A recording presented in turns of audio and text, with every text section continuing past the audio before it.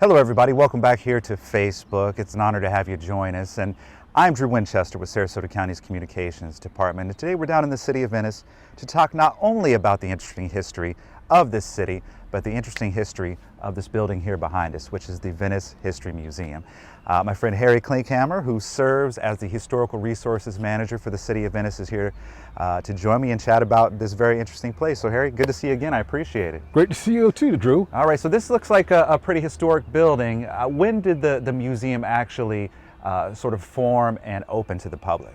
So the museum and the building have very different histories and dates. Oh, interesting. Okay. So the building itself was built in 1927 during the big Florida land boom and the growth of this city during the time of the Brotherhood of Locomotive Engineers. So one of the original structures down This here. is one of the original structures, but not necessarily in its original location. Oh, interesting. So this building served originally as a boarding house, as apartments for some of the enlisted officers from the Venice Army Air Base. It was offices, apartments, a single family home, and then it almost became a parking lot.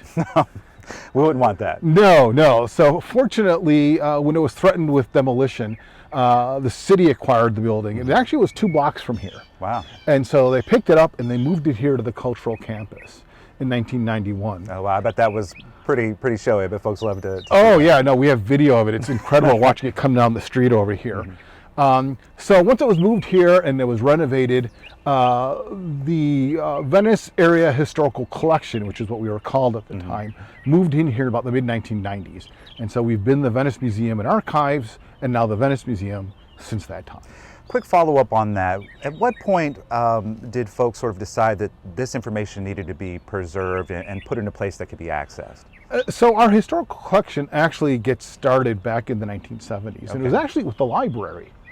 The Friends of the Library were interested in making sure that we were preserving Venice history, and so they started preserving and collecting, to the point where the collection was getting too big for the library building. And so they gave all the materials to the city, and they stored it at City Hall, and actually built a small little museum space there until this building was done. But yeah, it was part of this U.S. bicentennial when a lot of communities started getting an interest in their history when they started collecting and preserving the stories of Venice. Very interesting. So as one of the original structures in the city, it's obviously very unique in its design and its look. Talk a little bit about that. How did this design come about? Sure. So back in the 1920s, paying homages to like Italian and Mediterranean styles of architecture were really big in warmer climates in the U.S. So we're talking Florida and Southern California. So whether you want to call it Italian Renaissance revival, a Mediterranean revival, I mean, they're all just variations on the same kind of look where, starting at the top, you've got these clay barrel tile roofs, which are a telltale sign of the style.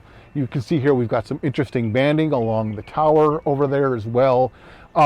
Other key features, you've got the wrought iron on the windows, the engaged columns with the pilasters above, a lot of decorative artistry on there. The triple windows too is another common feature of Italian style architecture.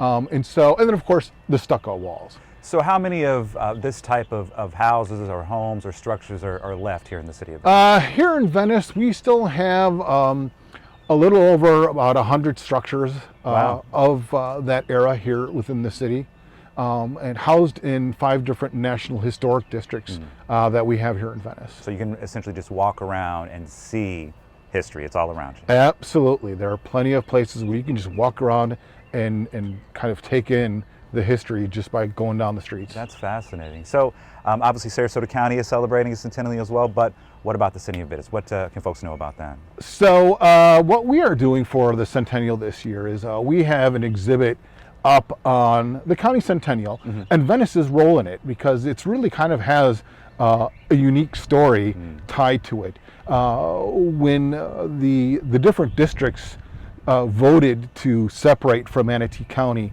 Venice was the only one that voted to stay in Manatee County. They did not want to separate. Interesting. But then you flip it around, and when Sarasota County is created, Venice fights with Sarasota to become the county seat.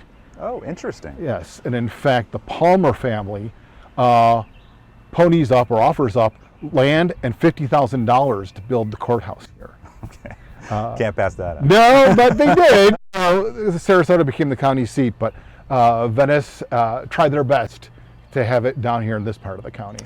All right, so give us location, times that you're open, and where folks can go to learn more information. Right, so we are at 351 South Nassau Street here in Venice, on the cultural campus by the Art Center, Community Center, and the library. Gotcha. Currently, our limited COVID hours, just because we are shorthanded with volunteers as they're getting vaccinated, are Monday through Wednesday from 10 a.m. to 1 p.m. You can find out more information from us by either calling our number at 486-2487 or visit our website, which is venicemuseum.org. All right, well, thank you so much. Thank you for sharing that very interesting information. I really appreciate Well, it. you're very welcome. Thanks for coming down. All right, and folks, as always, thanks for tuning in. We look forward to sharing some more information about this important celebration that's going to last for quite some time this year. So we'll see you next time here on Facebook, and take it easy.